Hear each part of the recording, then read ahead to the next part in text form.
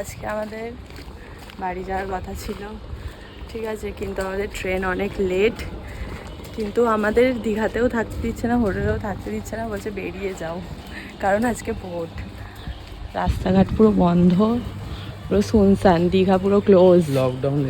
Lockdown লেগে গেছে সত্যি, তাই মনে হচ্ছে যে লকডাউন লেগে গেছে। দেখা যাক এখন আমরা কোথায় যাই, কি করি। এই হচ্ছে দীঘার সি বিচের অবস্থা আজকে। চারিদিকে লকডাউনের মতন লাগছে, পুরো ফাঁকা, সব দোকান বন্ধ। আমরা সি বিচের ধারে হাওয়া খেতে চলে এসেছি, পুরো ভোভা। এটা হচ্ছে ওল্ড দীঘা, 4-5টাই লোক আছে আমাদের মতন পাবলিকরা।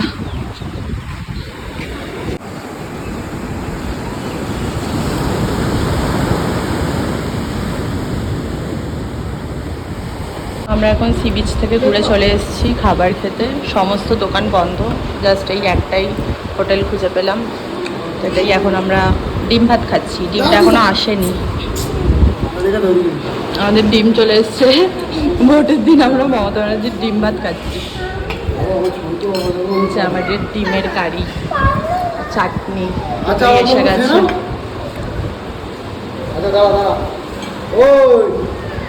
ট্রেন তো আমাদের অনেক লেট, তাই আমরা শেষ অবধি বাসে করে বাড়ি যাচ্ছি।